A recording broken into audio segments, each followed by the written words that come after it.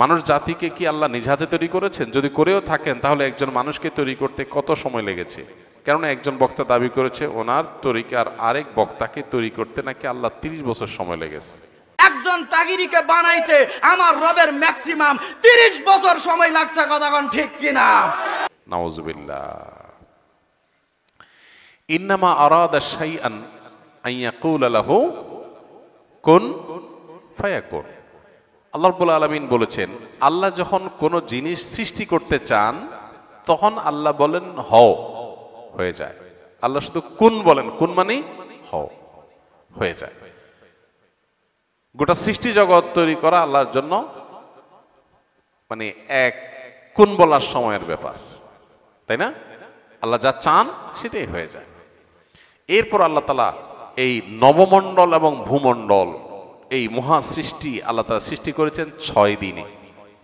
যেটা আল্লাহ তাআলা কোন বললে হয়ে, যেটা 6 দিনে কেন করেছেন এটা নিয়ে অনেক আলাপ আছে। আল্লাহ তাআলা আগে একটা সৃষ্টি করেছেন, পরে একটা সৃষ্টি করেছেন। এখানে মানুষকে কাজের ধারাবাহিকতা, প্রত্যেকটা কাজ করার ক্ষেত্রে একটা সিস্টেমিক্যাল ওয়ে অবলম্বন করা, একটা ধারাবাহিকতা মেনটেন করা, কোনটা আগে কোনটা পরে, সেই শৃঙ্খলা রক্ষা করে কাজ করা, এটার শিক্ষা দেওয়ার জন্য আল্লাহ তাআলা এই সময় নিয়েছেন। কিন্তু আল্লাহ তাআলা সময়ের প্রয়োজন নাই। যেখানে কোরআনে আল্লাহ তাআলা বলেছেন যে এই মহাসৃষ্টি নবমণ্ডল ভূমণ্ডল সৃষ্টি করেছেন আল্লাহ তাআলা 6 দিনে, সেখানে এক বক্তা সৃষ্টি করছে আল্লাহ 30 বছর লাগছে। আল্লাহর শানে এ ধরনের কথা বলা ঈমান যাওয়ার মতো বেয়াদবি, ভয়ঙ্কর কথা। যে আল্লাহর 30 বছর লাগছে, মানে উনি এত বড় হয়ে গেছে, ওনারা বানাইতে আল্লাহর 30 বছর লাগছে, নাউজুবিল্লাহ।